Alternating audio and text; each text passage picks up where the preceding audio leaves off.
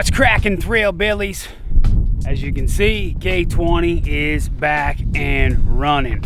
Wanted to give you guys a little update on this sumbitch because you guys have been wondering. Been on a trailer for the past month or so, and it was ready to be fixed, but the mechanic I had working on it, he's a small dude just out of his garage, and really good mechanics. I couldn't figure out what the tits was wrong with this thing, right? So if you guys don't know anything about this truck, myself and my buddy Dang, we built this thing. It's an 85 Chevy K20, and we put a brand new crate 383 stroker in it, did a bunch of other cool shit to it and whatever, and barely driven the sumbitch, but decided to, we were filming a coffee commercial for, I have a coffee company called Free Range, and we were filming a coffee commercial where we were just doing some cool B-roll footage, and I was taking this thing through a giant mud hole. Oh, I gotta switch arms, getting tired with this big sumbitch. After I got out of the hole, I mean, I was at a super high RPM the whole time trying to go through the thing. When I came out of the hole, the truck would have a really hard time staying running,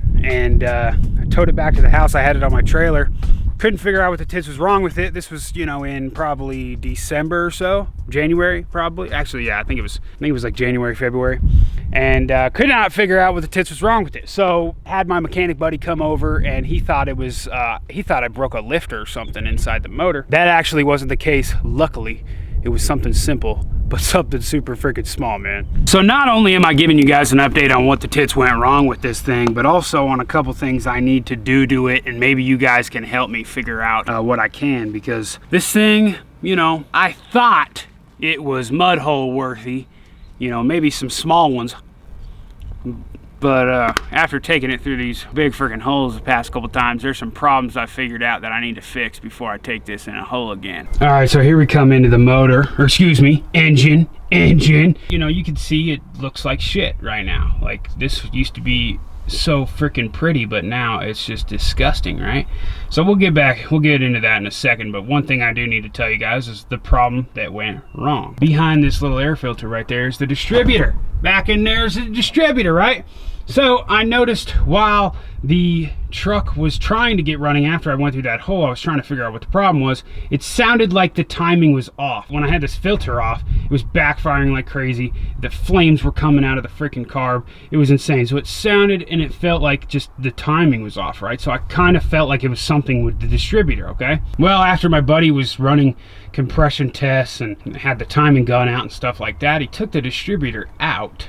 And what he found, that the freaking tiny little distributor gear pin was completely sheared off. This tiny little sumbitch, it's kind of like just like a little nipple that sticks out of the distributor gear right above the gears that spin, was sheared completely off. That's what it was, man. Freaking, you know, it's just... So that tiny little pin that was on the distributor gear was sheared off completely. That's why the truck wasn't staying running and everything like that. We replaced it, and we got her done. Now she's running perfect, and just like she was before. Now let's go into everything. You know, inside the engine bay is so muddy and nasty and disgusting, and the air filter I'm needing to clean out every time I go, and all this crap is just staying so freaking dirty in there. Well, the reason why is because, as you can see, I do not have fender wells. I don't have like any inside fender wells to cover up where you can see the headers, you can see the inside of the frame there. It's just disgusting, man. It's just nothing. All the mud and water and everything is just getting all the way up in there. And I mean, you know, you can protect the carb and everything, but dude, it's like with all that water and everything and mud, you never know what could get inside your engine. So I need a little bit of help. I've looked, and I can't really find inner fender wells for these things. Like, I don't know if it's something you have to like custom make, or if it's something that you can make on your own, like something DIY. Let me know if there's anything you guys have done to help with that. And also, maybe a snorkel would be a good idea for this sumbitch in the future as well. So let me know in the comments if you guys know of any place I can get some inner fender wells for this thing. Also, maybe a snorkel, which, you know, I'm sure I can find that. But you know, obviously this thing's super fun to play with, you know, so I want to kind of savor the things that work so I could continue to have fun and not have downtime like I have been. So, you know, but just figured I'd let you guys know what the problem with it was. I'm ready to, and I'm super excited to get this thing back out on the trails for shiz. There's actually only a couple more things I'd like to do to this thing. One thing is on the inside of the cab. I'd like to take this bench seat out, and I'd like to put racing seats in here, and maybe some type of center console or whatever.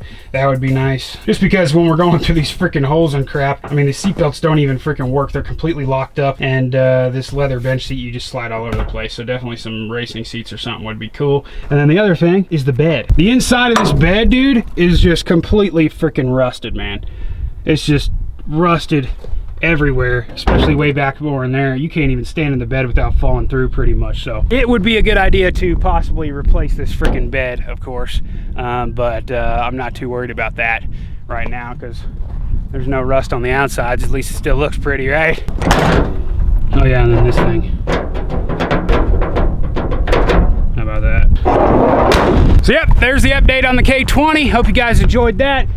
The problem is fixed, thank God, and now it is on to finish that sumbitch up. The old backwoods blazer, ladies and gentlemen. Yes, sir. So you guys know we did the new gears in the rear. We went to a 513, and we just, oh, a little dark. And Dang actually just finished the gears in the front, so we put the new carrier in, the new pinion gear, everything like that. Just need to clean this sumbitch out. Axles are in.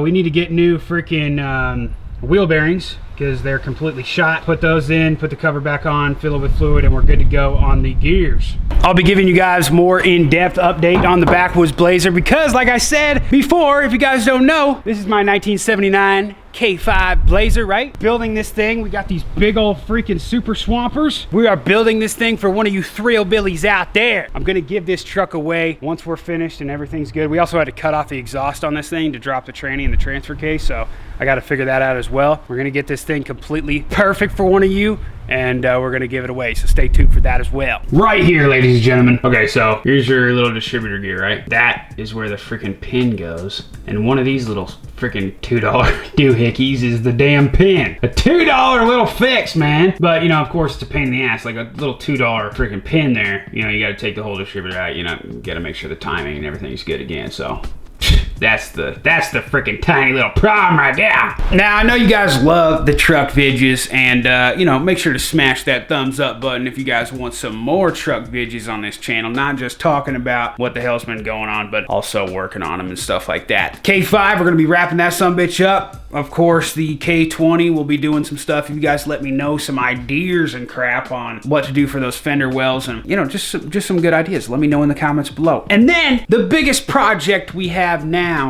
is the dually, man. You guys know I got my new truck, the 2018 Chevy Dually Duramax. So I've already got an idea in my head of everything that I wanted to do to that. So lots of videos on that sumbitch coming up as well. So if you guys like truck videos and stuff, make sure to hit that subscribe button. Dude, we're almost to 300,000, man. What are we gonna do for 300,000 subscribers, bro? We might have already hit it. I don't even freaking know, man. I haven't paid attention. But if you guys got a good idea for 300,000, you let me know. And guys, if you ain't subscribed to my main channel yet, Outlaw, you better go do that. We're about 50,000 subscribers away to 1 million. And when I hit 1 million subscribers, if you guys don't know yet, I'm riding a gosh dang bull, boy. I'm riding a freaking bull. And we're gonna have some special guest bull riders as well up in this bit, boy. Love you sons of dicks. Always remember, no matter what you're doing, live to thrill. Holler, y'all. Getting drunk up in the back of the bourbon truck. I'm skinning bucks, shooting ducks, running amok, not giving a fuck. Y'all don't like that stuff. Y'all can kick my suck. Backwoods badass, that is what they call me. O-U-T, L-A-W, that is what they call me. King of the woods, hit for the stick, that is what they call me.